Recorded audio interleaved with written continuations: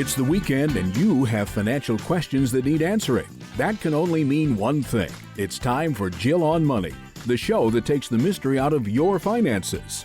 Here's your host, Jill Schlesinger.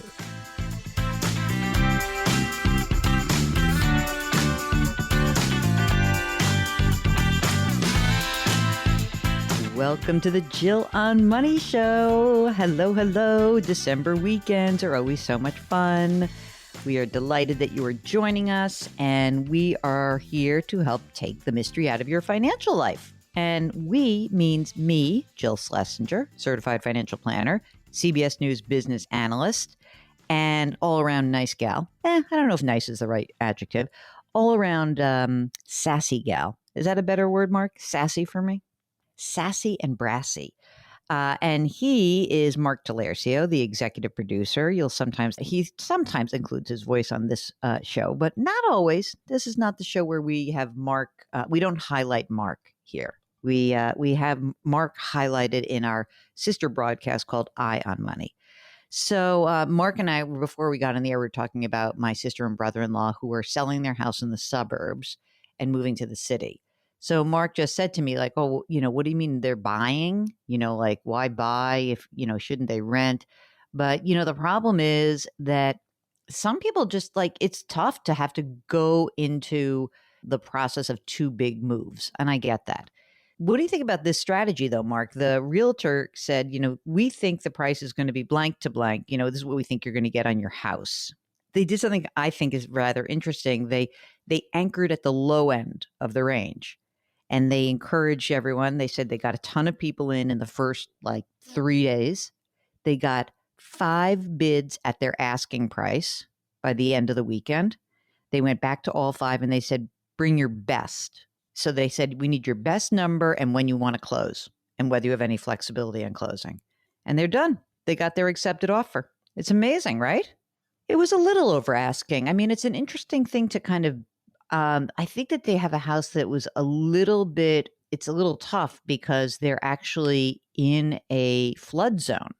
And so one of the things that is, sort of the downside of the house is anyone who buys it is going to know that it's all disclosed.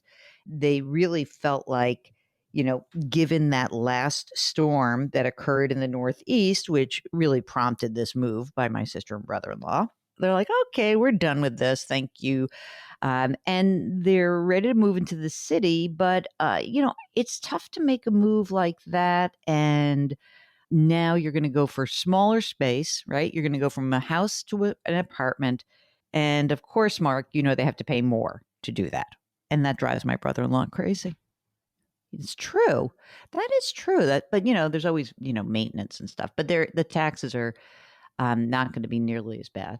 Listen, the long story short in all of this is that these are times where people are making interesting moves, and it's great to go out there and kind of consider what is the, sort of what makes you rock and roll, what makes you excited. And new times mean that you might have a lot of questions about what's going on in your financial life. And we encourage you to give us a holler. Our website is called jillonmoney.com, and you can just click the contact button.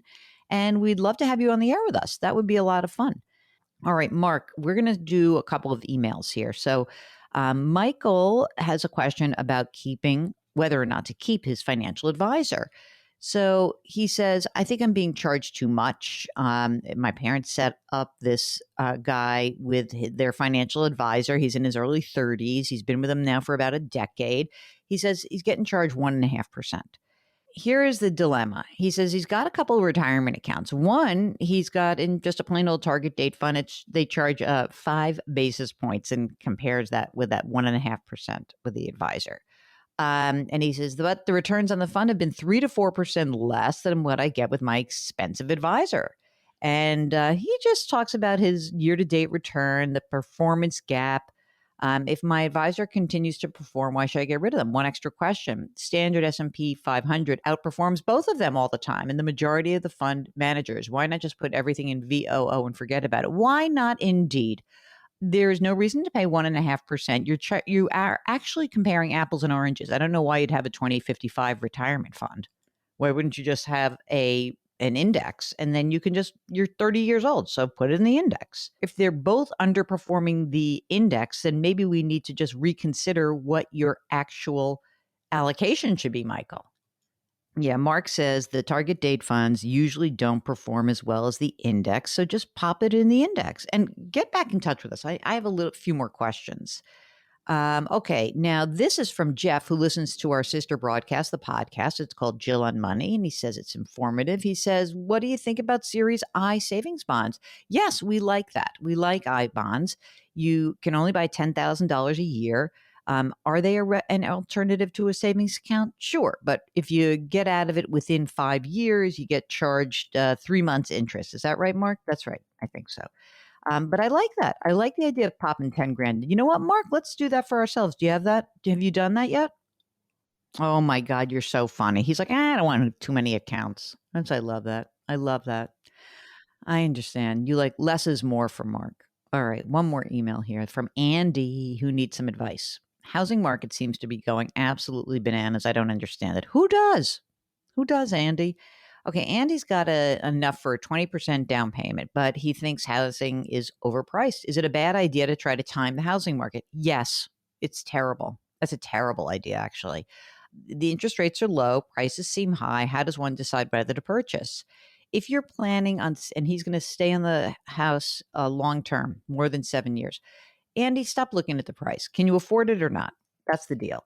And if you don't like the idea and you really think you're going to time the market, then just remember, if you are actually thinking about renting, rents could rise on you and a fixed rate mortgage would not. So I think it really is a question of whether you can afford it. And if you can afford it and you have your alternative is renting, if you can rent for much, much cheaper, maybe that's when you start looking at the comparison. But if you found a home and you like it, it's in the place you want to live.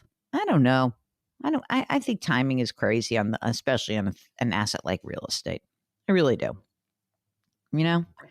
Mark, are you feeling like, are you actively looking now or not? Or are you sort of soft looking? Are prices ridiculous where you're looking or not?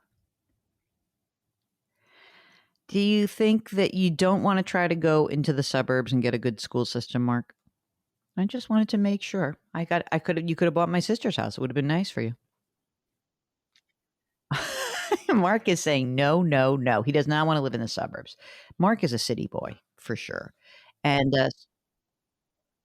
I know. And his spouse is definitely more city deaf. That's true. That's absolutely true. All right. So are you a little bit country and a little bit rock and roll? Are you city? Are you suburban? We don't care. Why don't you give us a holler?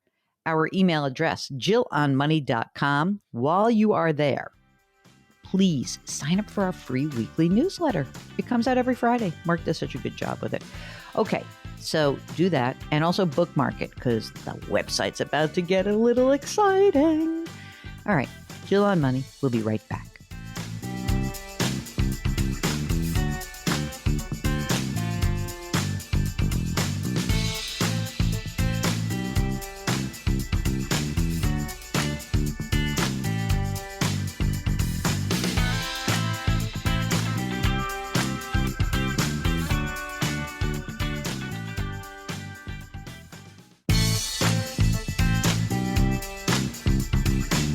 Back to Jill on Money, where Jill Schlesinger helps you take the mystery out of your finances.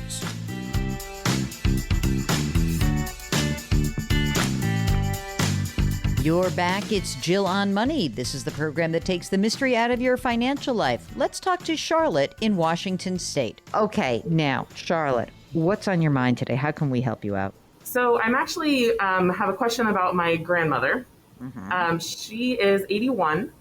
And she didn't really have a good financial education. She didn't know anything about investing, retirement, savings even. So at the point she's at now, she has a little bit of savings from selling her house, and she gets a small Social Security check each month. That's going to run out. So my overall question is, what do we do when she runs out of money? and what should we do between now and then? What is the amount of Social Security that she receives? It's 1,000. $1,000 a month. Okay. And what are the proceeds from the sale? There's about 80,000 left. And is it in the bank right now? Yes. Okay.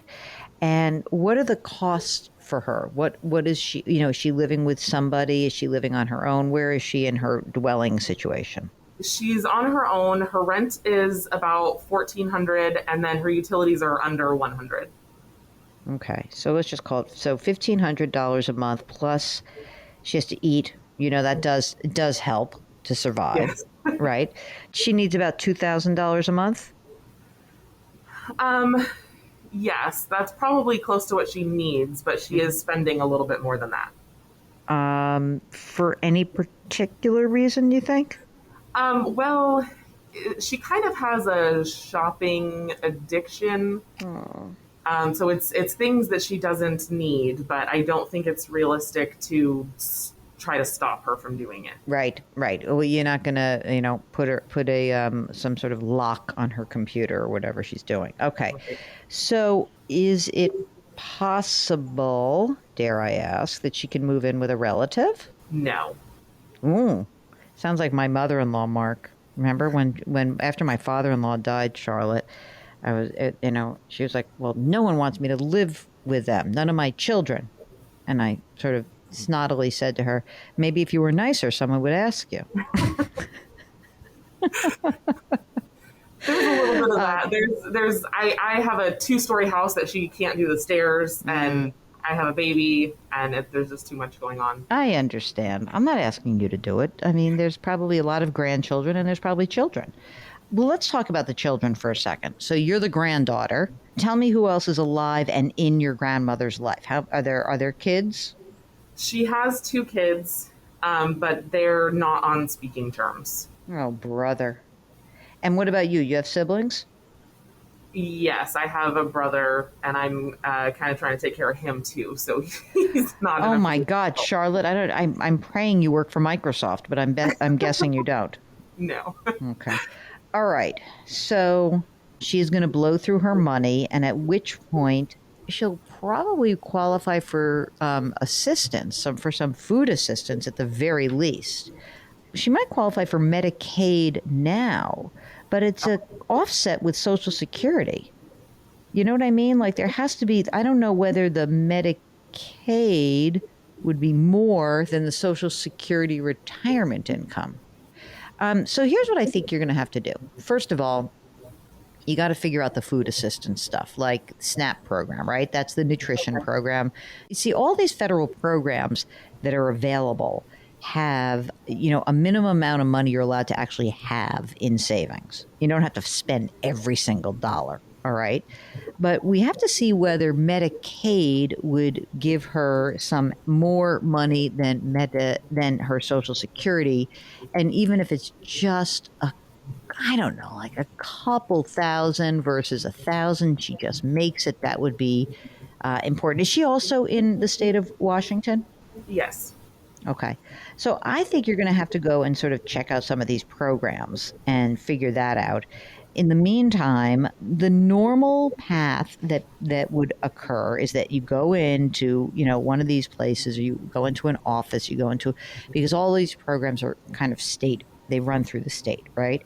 And you've got to figure out, you say, here's a situation, here's how much money she has, here's, she's going to end up with, by the end of the year, it'll be, 70,000, next year it'll be 50,000, and we don't want her to be like a race against death. We want her to have the money to live where she wants to live. I think the other question is really, how long she can really live on her own. Is that an issue? I mean, in other words, I'm not saying that's a today thing, but we want her to remain independent as long as she can. But, if she were to get sick, then she definitely would be qualified to get help moving into a facility. The question is, whether you would feel okay with that. Yeah, I think there's going to come a time, it's just a matter of when she won't be able to live independently. And we've talked about it, and I think she'll be okay moving somewhere. All right. That's good. All right. So I looked at this, and I see here the maximum income to qualify for Medicaid in Washington state for a single person is $17,131. So she qualifies for Medicaid right now. Okay. And you should really start exploring this, because I think this is going to be the best direction, because otherwise you're going to spend all your money taking care of your kid. You're going to take care of your brother, take care of your grandmother. And guess what's going to happen to you? You're screwed for you. And we don't want that to happen, really. Yeah. So I think that's really what we got to go for. And I think no investing or anything like that. No, nothing like that when it comes to, the money. Yeah, thank you. Absolutely not. Yeah, she had a friend telling her to invest, and I was saying no. Okay, good. No. No. I don't think there's a lot of great options for you. In some ways, it's easier because there are no, I'm not giving you some magic solution. There's no magic solution. Yeah, I don't think is there a cheaper rent than $1,000 a month? I don't know. Especially not now. I had a 1-bedroom apartment in the area she wants to live that was over $1,000. So it's probably not realistic to go cheaper. And if she needs care, it's going to be, $3,000 or $4,000. In a weird way, once she needs care, it's almost easier because she will qualify. Boom, she goes in. This in-between period is what's harder. You know what I'm saying? Because at least the way I see it is that this is the period where she has some assets. She has the ability to live on her own. This is where it's actually, you're sort of a little bit in this donut hole. You're not in one place. You're not financially secure living on your own. And yet you don't need, the in-home care or long-term care in a facility, right? So I think that this is kind of what we think. This is like the next best step. She needs some help. She needs a federal assistance. This is what safety nets are for. People who are in trouble. And she's not in trouble this second, but it is incredibly important that you don't take this on because this is bigger than you. I really don't think when people have these kinds of questions, you're not changing an 80-year-old's habits. It's one thing if you told me that she has dementia and she's, spending $10,000. You could basically say, I'm taking over your finances. But, she'd have to be like, okay. And that doesn't sound like it's happening. Yeah. And it's not a dementia-related thing. It's how she's always been. So. I'm sorry. Well, thank you for your help. That I wasn't thinking Medicaid was an option until things were more dire. So I guess that does kind of change how I'm looking at it. So I appreciate that. And I think definitely look into the SNAP program and definitely look into Medicaid and see what the options are. And if you have questions after you explore that, you let us know, okay? Okay. Thank you so much. All right. What about you? Do I have to worry about you? What's going on in your life? You do not have to worry about me. My husband and I are saving 20% for retirement. Plus, we have pensions. We have estate planning done. We have a 529 for our son. We have emergency savings. All the boxes. So, thankfully, from generation to generation, you have learned. Exactly. Yes. So congratulations to you. Okay, if you'd like to come on the air and ask us your question, just go to JillOnMoney.com, click the contact button, and we'll do the rest. We'll be right back.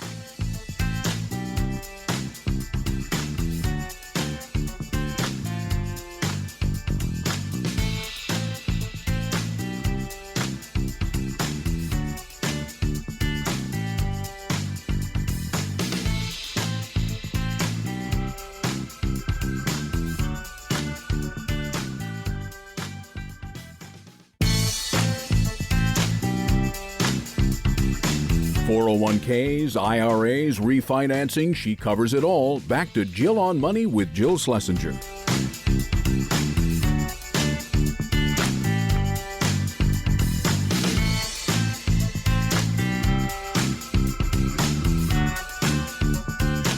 You're back. It's Jill on Money, and we are here trying to help you take the next step in your financial journey, or maybe just make the next best financial decision. And we want to remind you that, listen, we'd love to talk to you. We'd love to have you come on the air. But if you need more than just a conversation with me and Mark, then we encourage you to check out our sponsor, Facet Wealth. Facet Wealth provides financial planning services for lots of different kinds of people. It's a flat fee. It's conflict free. I think one of the coolest things about this company, they don't have any account or wealth minimums. They are meeting you where you are. So go ahead and check out Facet Wealth at facetwealth.com. All right, we are really trying to squeeze in as many of you as possible through the end of the year. Let's talk to Ross in Hawaii. He is on the line. Hi, Ross. How can we help you out? Well, first of all, I got like around $160K in cash sitting on the side that was intended for a down payment for a new house. But unfortunately, here in Hawaii, the prices of homes have risen so high that it's out of reach, about $1 million per house for a fixer-upper. Oh, my God. Me and my family have decided to just stay in our current house, move on, and not look for a new house. Just trying to figure out, what should I do with that cash? You know, How old are you, Ross? I'm 42. And you married? Wife is 44, and I got 2 young kids, How old? 10 and 12. And you guys, you actually own a home right now, or are you renting right now? Yeah, so we own our primary residence, and we also have a rental on the side. Huh, look at you. Tell me about the primary. The primary is worth about how much money? Worth roughly $850 to $880. And do you have a mortgage that's outstanding on that? A little bit under 400. And what about the rental? Oh, how much is the mortgage interest rate on that 400 or so? I just refinanced it last year, so I think it's like 2.35. Wow. 30 year? 15. 15 year. Okay. And tell me about the rental property. What's that worth? That's worth roughly around 550 to 580 with an outstanding loan of 200. Mortgage interest rate on that one? That one also refied last year at 3% for a 30-year fixed. Okay, great. How much rental income does this property bring in for you? After everything, maybe around positive cash flow of $1,000. And do you like this property? Is this something that like you want to keep and kicking around, or not so sure? What's your feeling about it? I feel like I'm just gonna keep it around, so when someday I retire, that does pay for my like medical or my kids' college. When are you retiring? You're only 42. Who says you get to retire? My wife wants to retire at 50. But that's What? not Well, how possible. much does she make? She makes about 110, And what about you? about the same. Are you guys both contributing to retirement accounts? Yeah, so we're both maxing out our 401k and our Roth IRA. The only thing differently we started this year was maxing out our 401k to Roth. Oh, good. I love that. So tell me, how much money is in the traditional side of the 401ks and how much is in the Roths? Roughly around 1.2 in the traditional. Roth 401 is around 400.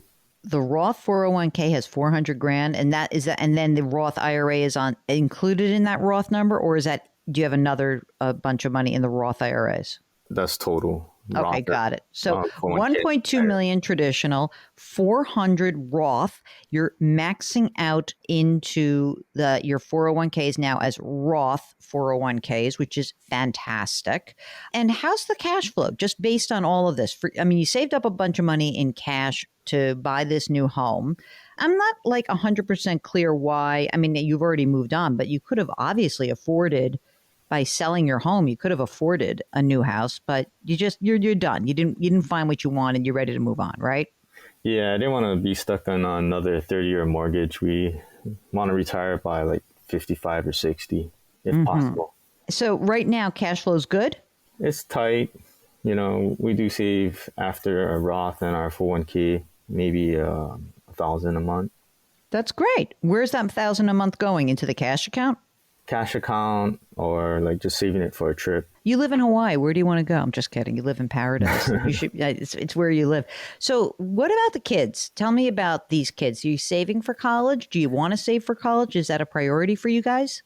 We do, but we're only going to pay for a 2-year college right now. Oh, look at you, a hardliner. Wait a second. Tell me about that. They got to have some skin in the game. They gotta appreciate what they get. They can't be spoiled.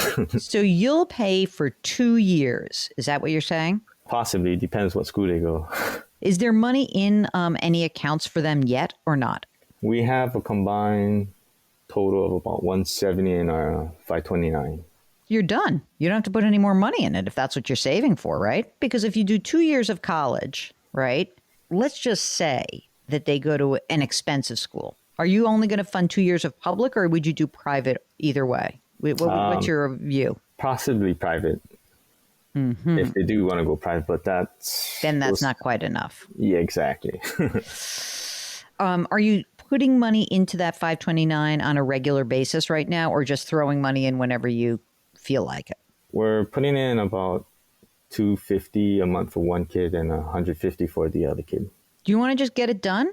Let's just use some of that cash and forget about the $250 and the $150. Let's just get it done. Let's put some money in these accounts and top them off and be done with it. If you would like to come on the air with us, just like Ross, we'll get back to him in a second. All you need to do is go to our website. It's JillOnMoney.com, JillOnMoney.com. And there you can sign up for our free weekly newsletter and check out all the good stuff we've got going on.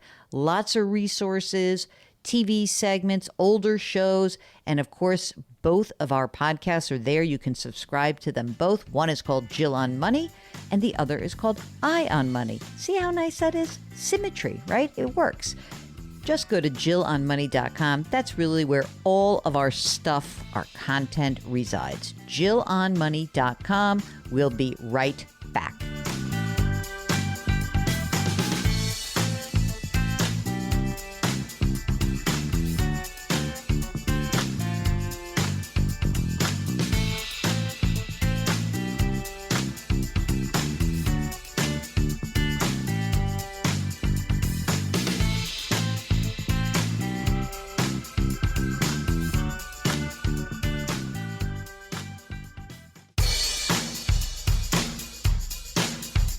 Follow Jill on Twitter and Instagram for more personal finance content. Just use the handle @JillOnMoney.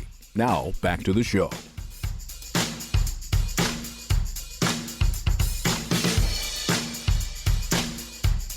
You're back. It's Jill on Money, and we are here to help you figure out what it is you need to do next in your financial life. And it could be pretty much anything. We get a lot of questions about retirement planning, but I see we're starting to get many year-end financial planning questions. I noticed that a lot of people starting to get a little bit uptight about what's going to happen with tax law. We don't know yet. We just don't. I'm sorry.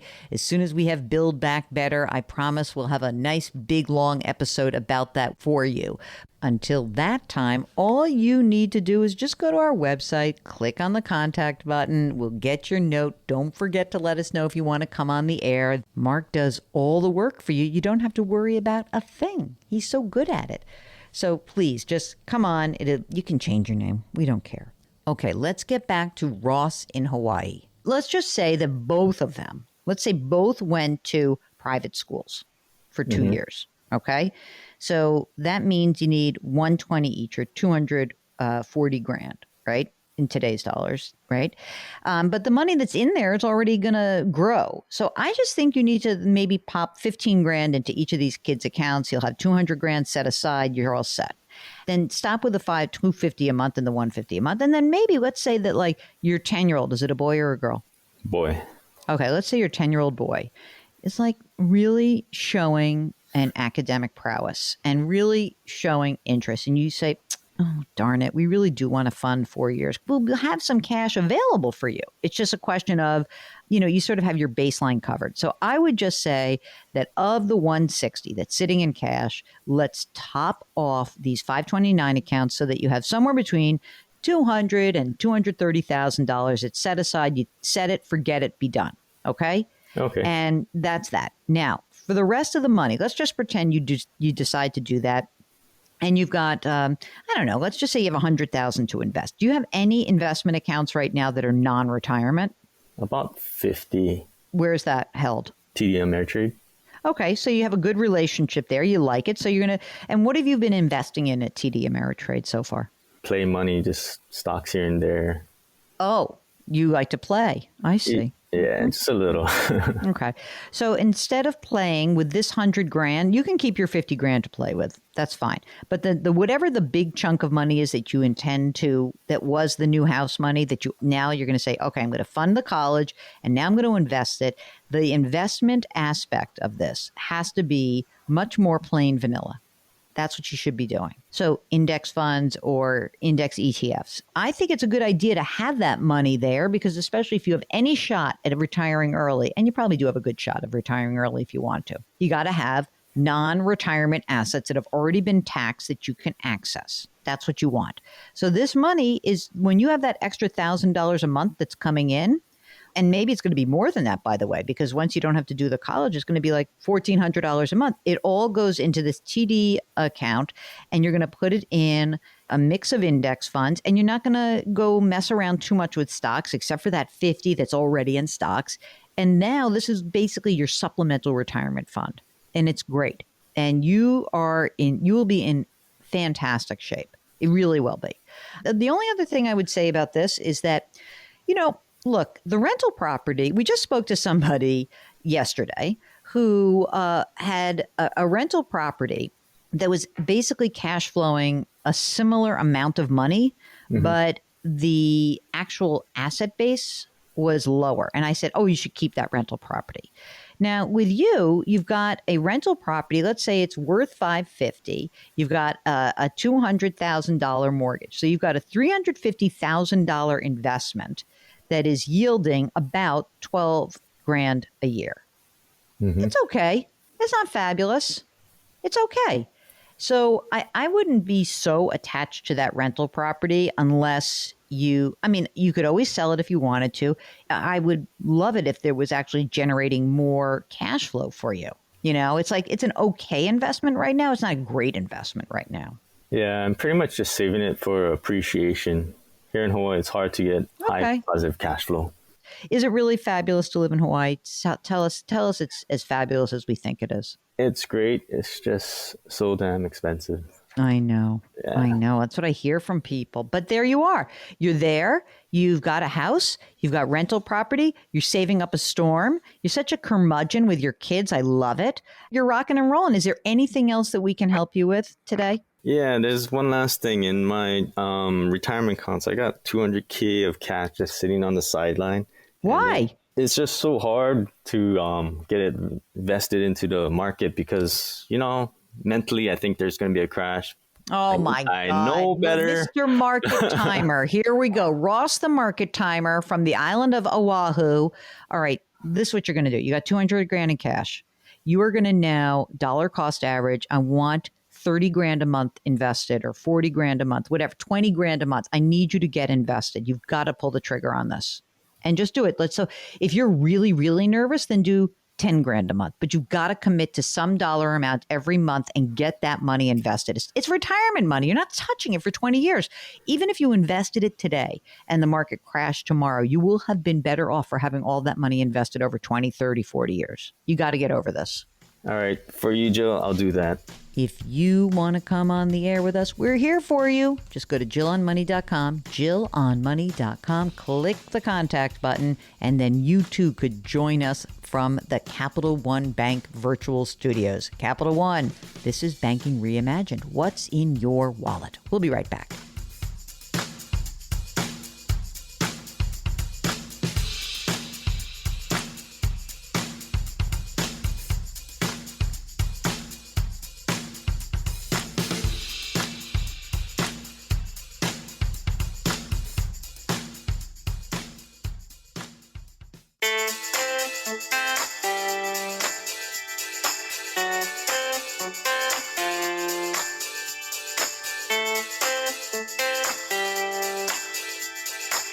You're back. It's Jill on Money. If you have a question, we'd love to hear from you. A financial question. I mean, you could ask us any question, but we really do sort of specialize in the financial stuff, the money stuff.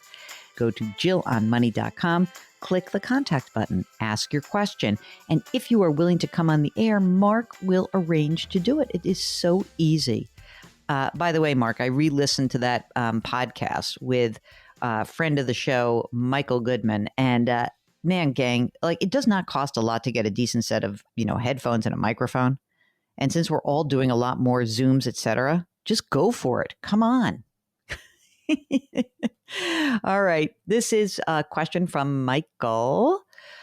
And Michael writes, on April 13th of this year, my sister and I mailed our 2020 federal tax returns at the same time. They used the inside drop box at our local post office. On July 28th, she received her federal tax refund by direct deposit. As of this writing, which is early December, I still haven't received his refund. Oh my God. He's not able to find out the status when he went to the IRS website and he said, where's my refund? There's no information. I'm not sure if this indicates they haven't received it or haven't processed it. I've tried the Irs Refund Hotline. I received the same response. Cannot provide the information. The IRS website states when you call the hotline number, you can speak with an agent representative. This is not true. It is automated and there's no option to speak with a representative. Mark, what should Michael do? I would too. I would just keep calling. I would go on auto dial and just bang, bang, bang. I did this yesterday because my very good friends at Viacom CBS switched our entire email system and migrated. And I called into tech support and I couldn't get through. And they were like, oh, leave a message. We'll get back to you. You know what I did, Mark? Called like an animal. And guess what? I got someone on the phone by around 4:00. It only took 3 hours to resolve this. Michael, I'm so sorry. This just sucks. Anyway, it'll be interesting to see what happens when you file this year. I tell you what I would do. I would totally try to file early this year and see if that prompts anything. Let us know how you do. Sorry. All right, Jill on Money. We've got a whole nother hour of fun ahead of us. So if you've got a question, go to jillonmoney.com. You can click the contact button. And while you're on the website, you can check out our other broadcasts. There are 2 podcasts. They're right there on the front door. So check them out. Jill on Money and I on Money. We'll be right back.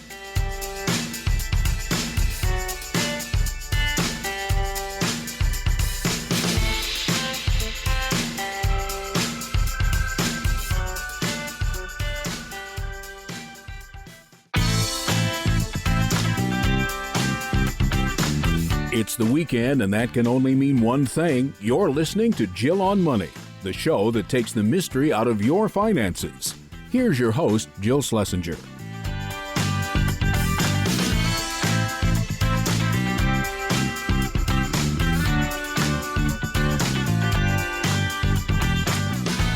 You're back. It is hour number 2 of Jill on Money.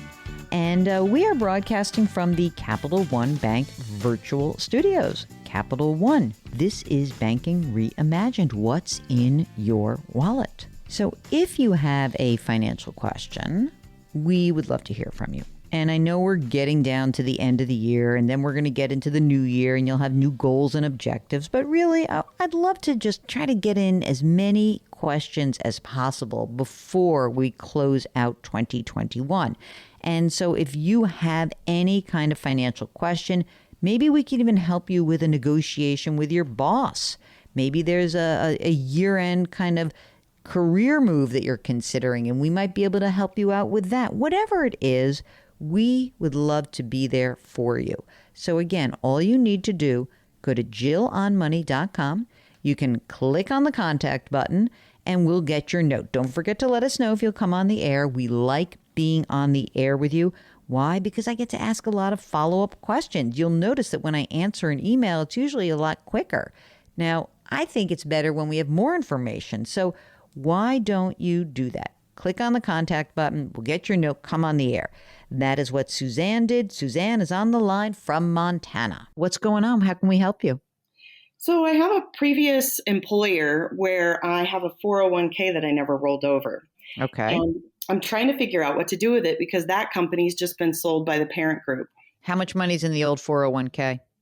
About $260,000. Do you work currently? No, I'm not. I'm definitely one of those classic examples of somebody who stayed home with the kids and didn't get back because of COVID. Oh, really? Yeah. Oh, tell me more. What were you doing previously? I've been in marketing and business development in a variety of industries, but most recently the software industry. How much were you earning before COVID? Over 100,000. Wow. Yeah. So you have a spouse who makes a bunch of money and you can give up that 100 G's? Don't I wish? So he's probably at about the same, but he's self-employed. So by the time we pull expenses for his business and self-employment tax, we have definitely crimped our lifestyle. So actually, the lifestyle hasn't crimped so much because we weren't huge spenders before. But where we have stopped is travel, which has been fine over COVID, but we've stopped investing. And so I'm getting a little nervous about that. And then we've also really blown through a lot of my savings. One of the reasons I stayed home was some medical issues with the child. We're limping, right? We're not crawling. Right. I tell my friends I'm comfortable. If somebody dies, I'm good. And when we retire, I'm good. But I don't know how I'm going to get through the next 10 to 15 years. Oh, gosh. All right. Let's get you through this. First of all, Suzanne, how old are you? 52. How old is your spouse? 53. Okay. And so he's self-employed, right? Correct. And how many kids do you have? 2. How old? Tweens, 10, 12. You've got this old 401k. Does your spouse have a retirement plan for himself? He sure does. So, I mean, all said, I feel like we were right on track with our retirement. I mean, he's got a couple $100,000 in retirement in his 401k. I have the same. We set up some Roths a good 10 years ago. Mm-hmm. So what's happened, though, now is he's got his 401ks. I've got my 401ks. We both have these Roths. And then I also have this old Target fund from my former employer. Mm-hmm. It's with Charles Schwab, and it's under the parent group. I've called that parent group and I've said, okay, now that my company was sold, is that retirement going to go with the new company in the buyout, or will it stay with the old parent group? They didn't know.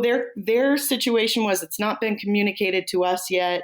If there is a deconversion, then you may go with the new company. Mm-hmm. So you don't need to. Who cares? It doesn't matter.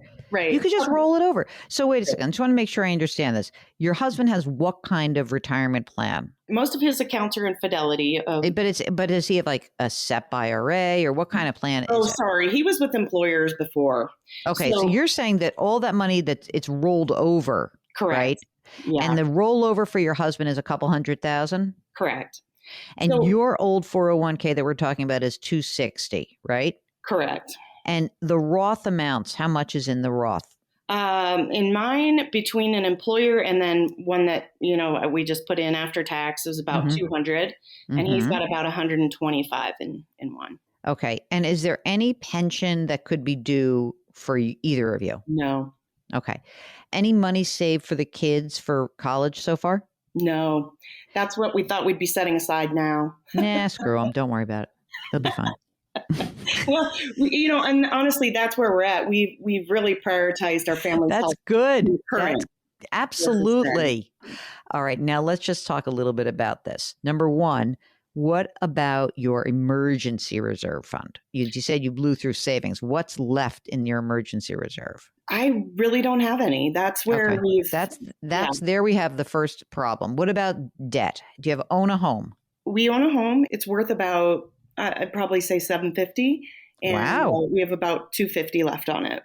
What's the rate on that mortgage? 3.25. Is it a 30-year? We have 19 years left. But no extra payments, right? No, not at this point. Good.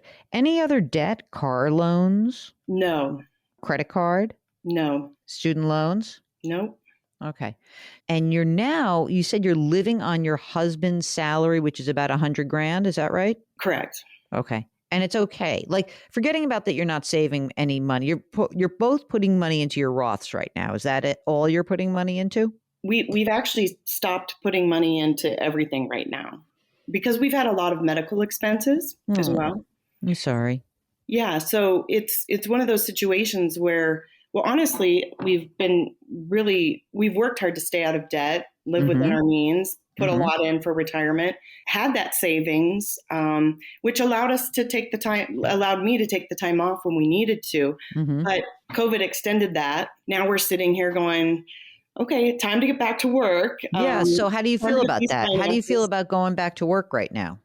A little nervous being over 50 and being out of work for a few years. I'm nervous that I can't get back up to my pre-COVID salary. How about any salary? I could do that. But You hate that. That's kind of an awful thing for me to say like that. But I mean, obviously, even if you didn't have to go crazy, you said you were making money, but I mean, even if you never made the 100, if you could make 50, I mean, your kids aren't babies, they're in school, right? So what is important now is that you get some cash flow in. If the only thing you could do is that after all of the expenses that you incur, that you could save like $1,000 a month, I'd be super happy about that. I really would. Okay, we're going to continue with Suzanne in just a minute, but if you want to do something good during this break, all you need to do is go to JillOnMoney.com and bookmark it. That's where all of our content lives. So if you bookmark it, then you're bound to want to go back there over and over and over again. Okay, we will be right back.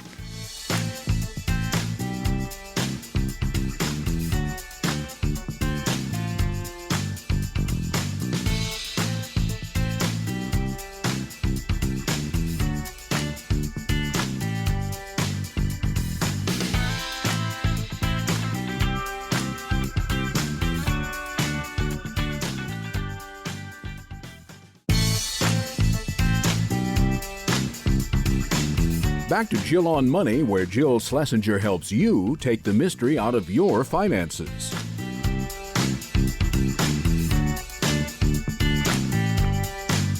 You're back. It is Jill on Money, and we are trying to help guide you on your financial journey. I don't want to say lead you. You'll notice that often there are times where people will be on the line and we're trying to give advice, and we're kind of trying to figure out where is it that you want to go. We're going to try to help you get there. There are no hard and fast rules. I think we keep finding this out, that we all kind of wish there were some cookie cutter way to think about a lot of the matters in our financial lives. And unfortunately, it really does come down to what's going on in your situation. So sometimes you'll hear me say, this is a terrible idea, this thing, this product, this is no good for you. But then another person can call in and I'll say, maybe it is good for you. It depends on your situation. So while I really very much appreciate that many of you are voyeurs and you just like to listen, if you want to know the next best step for you or your family or your couple, you should just go onto our website, JillOnMoney.com, and click the contact button, and we'll get your note. And if you come on the air, we can ask lots of questions, follow-up questions. We can dig a little deeper. You can tell us fun stories. You can tell us what moves you. All those things make the experience a lot richer. So if you wouldn't mind, do that. Go to JillOnMoney.com, click the contact button, and while you're there, of course, sign up for the free weekly newsletter. Okay, now we need to get back to Suzanne in Montana.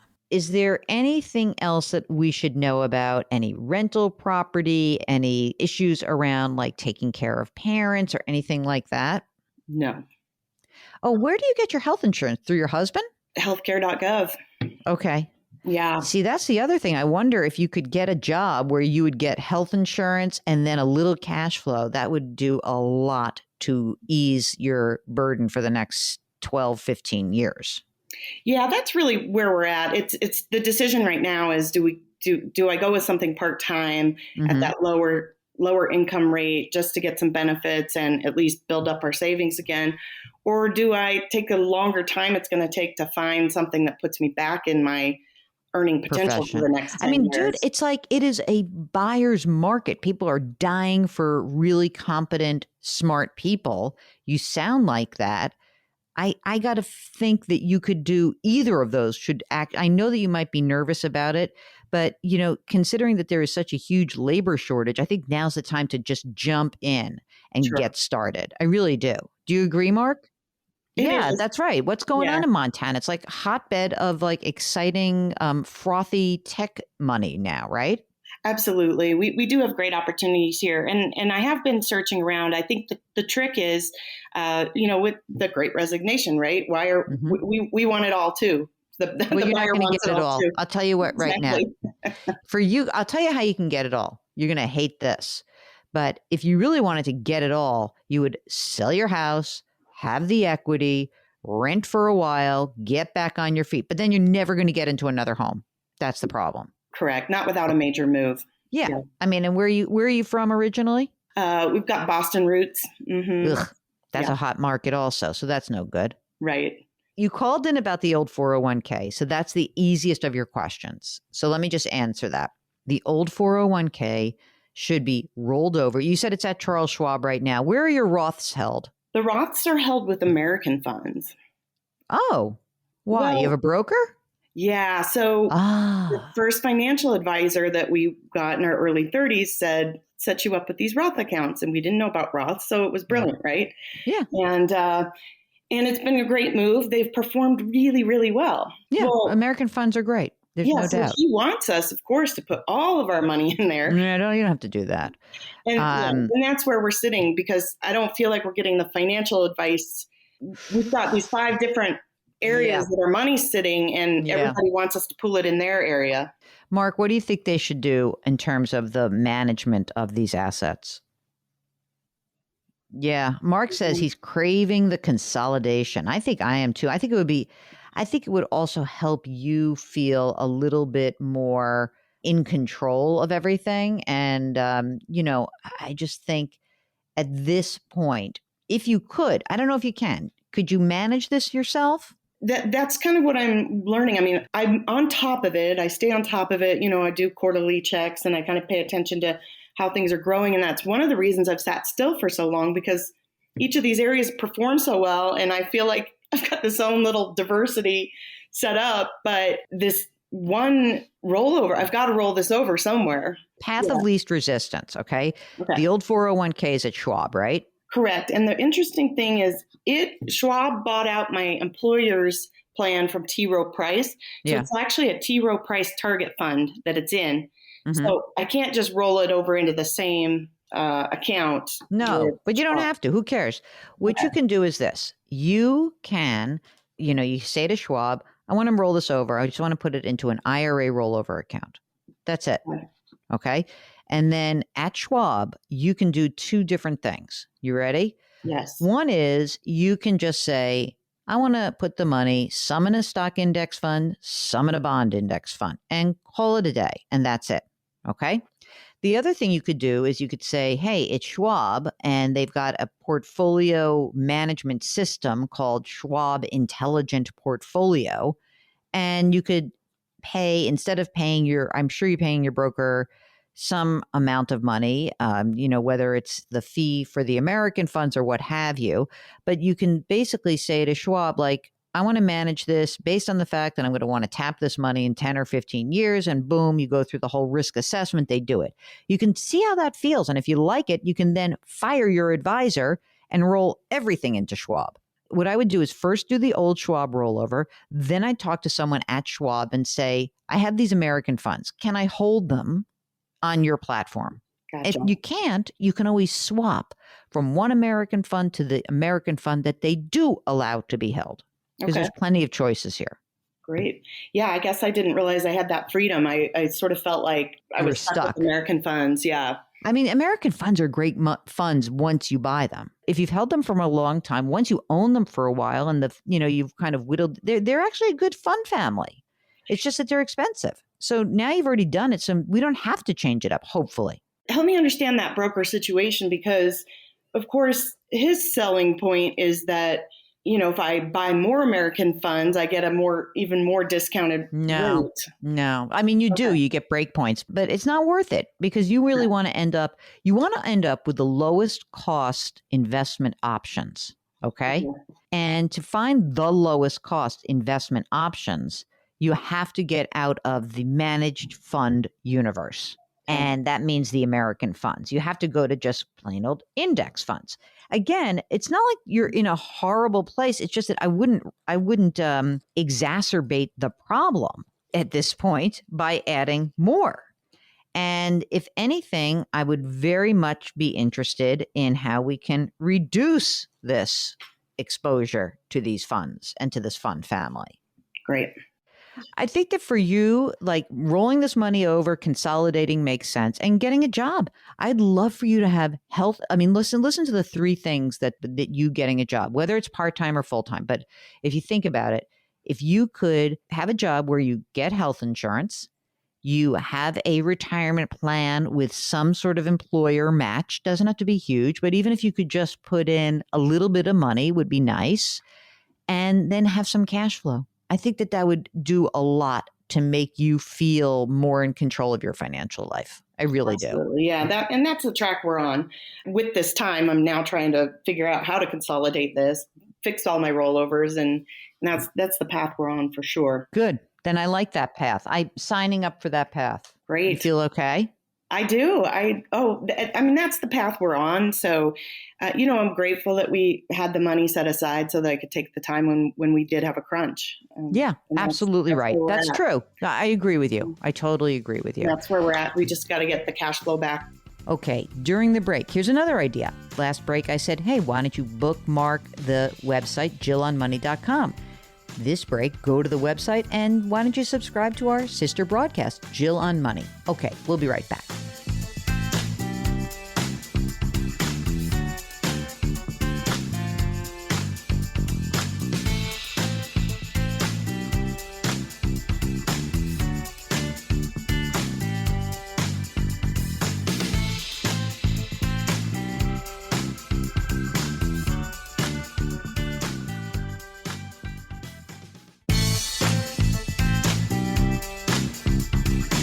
.401ks, IRAs, refinancing, she covers it all. Back to Jill on Money with Jill Schlesinger. You're back. It's Jill on Money. And this is the time of year when you're going to get in all those year-end statements. And I know many of you are very excited that you've made money in the markets. That's all well and good. But it's a wonderful time to evaluate the advice or lack of advice that you may be getting from an advisor or a broker. Now, in your case, it may be you just need someone to transact business. That's okay. But are you paying an advisor-like fee and only getting transactions? That's a question to ask yourself. Do you not even know how much you pay for the professional relationship that you have? If you find yourself in that situation, I would encourage you to really take a deep breath, gather up all your year-end statements, and start shopping for a new relationship. And you may find you like where you are, but I encourage you to check out our sponsor, Facet Wealth. Facet Wealth does financial planning a little bit differently. It's a much more modern approach to the world of financial planning because the financial planning that they do at Facet is widely accessible. And the financial planning is a flat fee. It's conflict free. You're getting advice from a dedicated certified financial planner. And this is important because some other services will give you someone random every time you get on the line or get advice. So I like a dedicated person. And maybe most importantly, the idea that you're getting advice from a certified financial planner also means that you're going to be looking at a goal-based financial planning process. And that's the one that I think is usually most successful for people. So if you're interested, you should check out facetwealth.com. That's facetwealth.com. Okay, so right now we are going to hop on the line with Owen from North Carolina. Owen, what's going on? What can we do for you? So here's my question. So I'm a teacher in North Carolina for a community college, and I make about $54,000 a year. And I basically want to know if I should be saving for retirement. I'm a little anxious about that. I'm 38. I do have a Vanguard account. I have a pension as part of being a teacher. I also have a brokerage account. So right now, kind of 3 pots of retirement money that I'm looking at. I guess if you count the pension that for 30 years of service, although I have that, I'm vested, so I will get something now if I leave now. But at 30 years of service for me, I'd be 58 years old. And so I have these pots of monies, and I'm concerned I don't have enough. Okay. The pension, if you go through, another 20 years, what would that pension amount be approximately? Approximately $1,575 a month. Does that have a cost of living adjustment, or is it a straight line, just $1,575 a month? Good question. They do give a cost of living adjustment. Okay, great.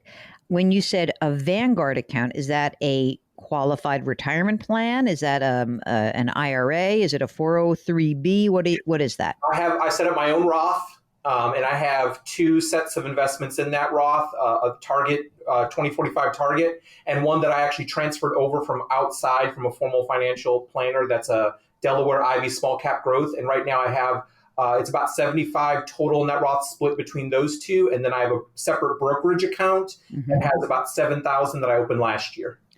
Okay. So for you right now, out of your $54,000 a year, what percentage goes into the pension? 6% every check. And then you are maxing out your Roth, correct? Yes. Okay.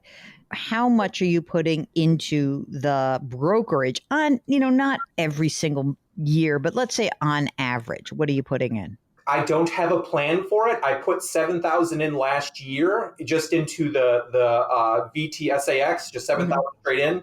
And I don't really. I had thought about maybe 1,000 a year, but I don't have a plan as of now as to an amount.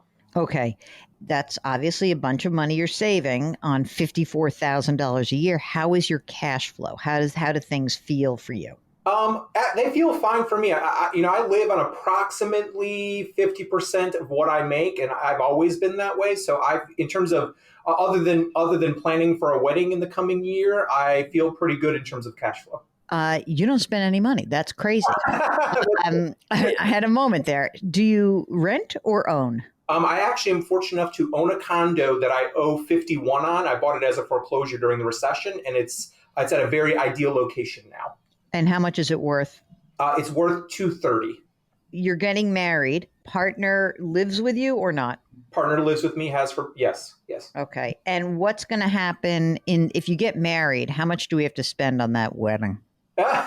That's debatable in our household. We have had several discussions. I'm a spreadsheet kind of person, and so we've talked anywhere between 15 and 20. And through the community college, is there also a retirement plan that is a deferred compensation plan as well? They have a 403B type of option, and I can't remember who it is through, but there is a voluntary 403B option I can sign up for. Okay. I mean, and there's probably no match in that 403B because there's a pension. Okay, got it.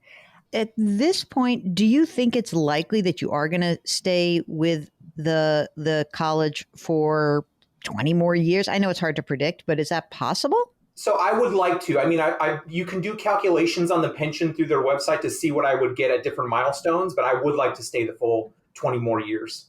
If you were to look at your partner's contribution, is anything going to change when you actually get married? No. Is your partner really rich? No. Damn it. You like that, Mark?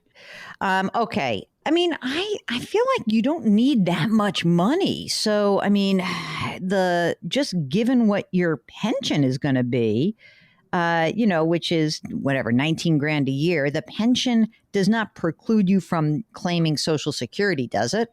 No, it does not. No, okay. And do you happen to know what that Social Security benefit is like at your full retirement age? I do. It's actually in the same, or no, last I checked, it's a little higher than the $1,500. I think I'm in the neighborhood of a $2,000 range. I mean, if you think about this, just, I know this is in future dollars, right? But if you think about the fact that you have, let's say your full retirement age, you'll have about $43,000 gross coming in terms of pension plus Social Security. That's a long way towards reaching your goals, right? Mm-hmm. That's pretty darn good. Okay, we'll get back to Owen in just a second. If you'd like to come on the air with us, just go to JillOnMoney.com and click the contact button. We'll be right back.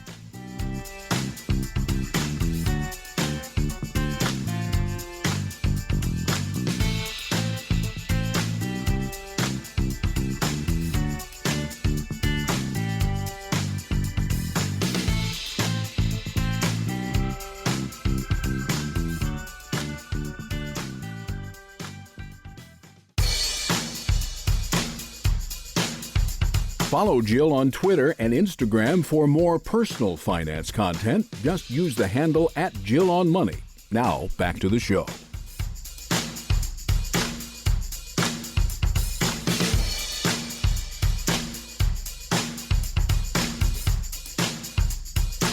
You're back. It's Jill on Money. And what were you doing during the break? Were you on the website? If so, I really am happy you're there. I want as many of you to be on the website and reach out to us if you have ideas.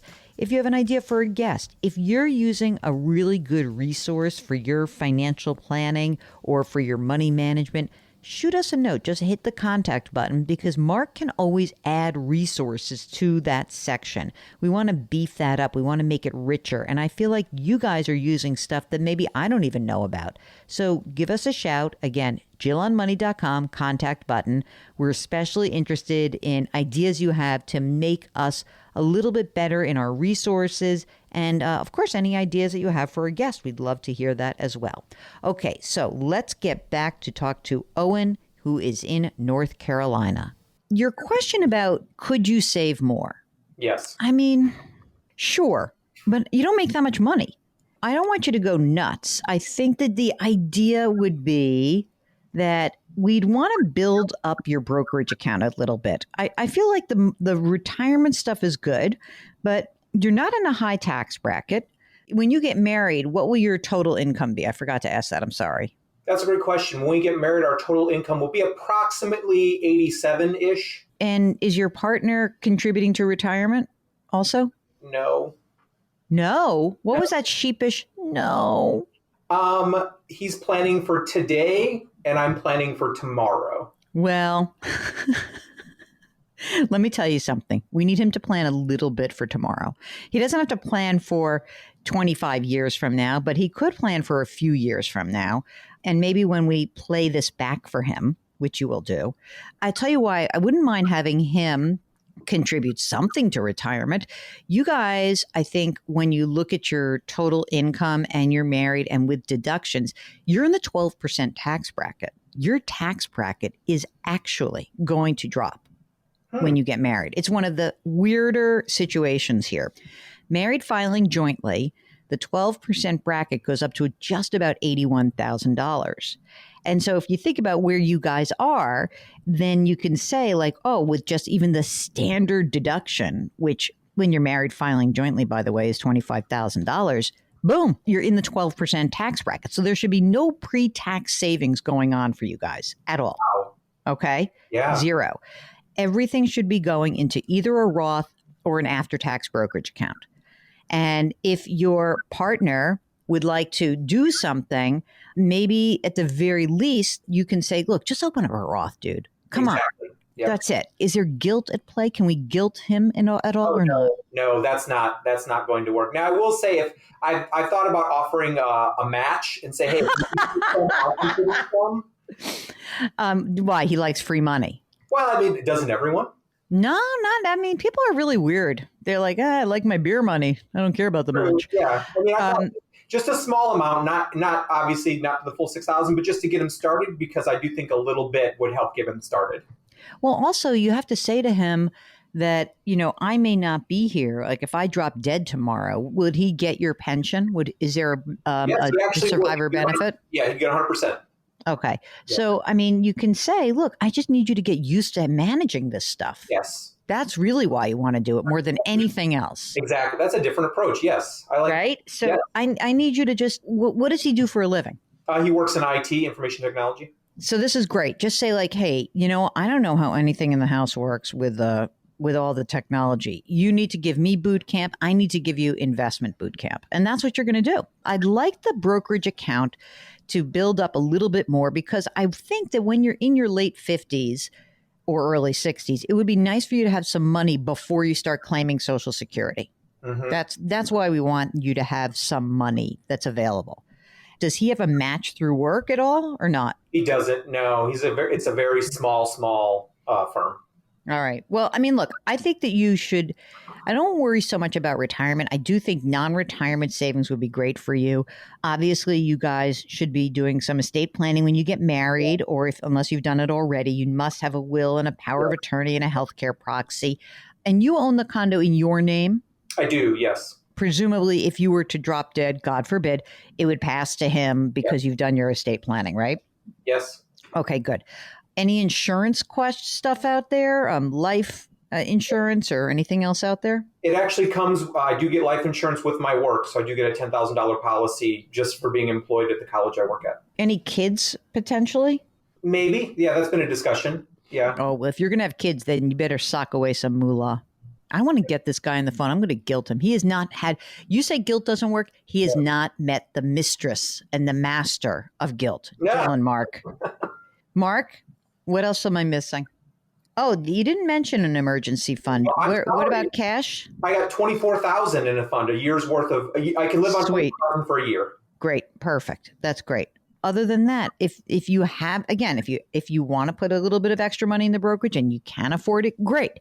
And if he wants to put the money in, some money in a Roth and some money in a brokerage account, great. It just will give you more flexibility. Okay. That's great. Thank you so much. That's so helpful. When you listen to these conversations, doesn't it make you want to come on the air with us? Don't worry. If you're shy, you can change your name. You can change where you're calling from. It's okay. We don't really care. We just want to help you out. Go to JillOnMoney.com, click the contact button, and we will get your note. Jill on Money. We will be right back.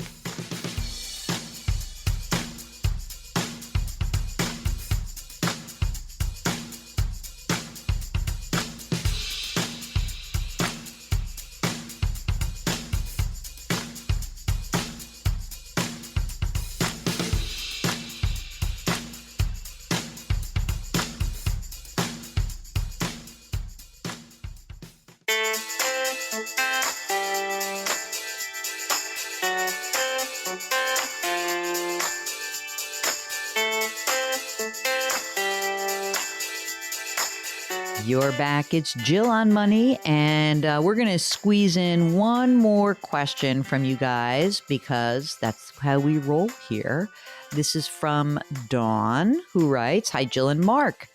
I've been playing the stock market, and for the most part, I've made money." Mark, I hate that word, playing the stock market. I've been an investor, and I have a fund money account. But anyway, Dawn goes on to say she's got 3 stocks in a brokerage account. They've taken a serious nosedive. They're down 30% or more. And she says, "I've had a good year at work." She makes $220,000 a year. She has rental income of $31,000 a year. So I'm wondering if selling the loser could help out on my taxes. Jill, is it worth selling or should I hang on and see if they bounce back? It's not a lot of money. I'm trying to figure out what I can do to make the loss work for me. Dawn, sell those suckers and don't look back. I presume they're in a taxable account. Otherwise, you wouldn't be talking about taking the losses. But there's not a lot of people who have losses this year, Mark. It's amazing, actually. So if you have a loss, take it and reallocate and stop messing around with individual stocks. But be sure that it's a loss. I mean, there's a little part of me that wonders whether it's down this year and it was up last year. But let's just make sure that that's the case. Grab the loss. It will help you. You can deduct any losses against gains that you take for the year, and beyond the gains that because this is a good opportunity, you might be able to actually reallocate if that's something, or you can take up to $3,000 against ordinary income in your losses. So I would go ahead and do that. I'd rock and roll, get it going. Okay. All right, Mark, anything else to say before we sign off today? I don't think so. I don't know. She might have bought something that was a winner last year and down this year. Like maybe I bought Peloton as a stock last year. You know, it was up last year and down this year. So there's some things that were COVID trades that have unwound a bit this year. Anyway, it has been our delight to be with you. Don't forget, we're always here. You can just go to our website, JillOnMoney.com, and click the contact button. Check out all the good stuff that lives on the Jill on Money website. It is great content. I only a little bit biased because I write a lot of it. Okay, our music is composed by Joel Goodman. Mark Talercio is our executive producer. Please try to do something nice for someone else today. You know why? Because it's going to make that person feel really good. It's going to make you feel really good. Thank you very much for listening, and we will talk to you next week.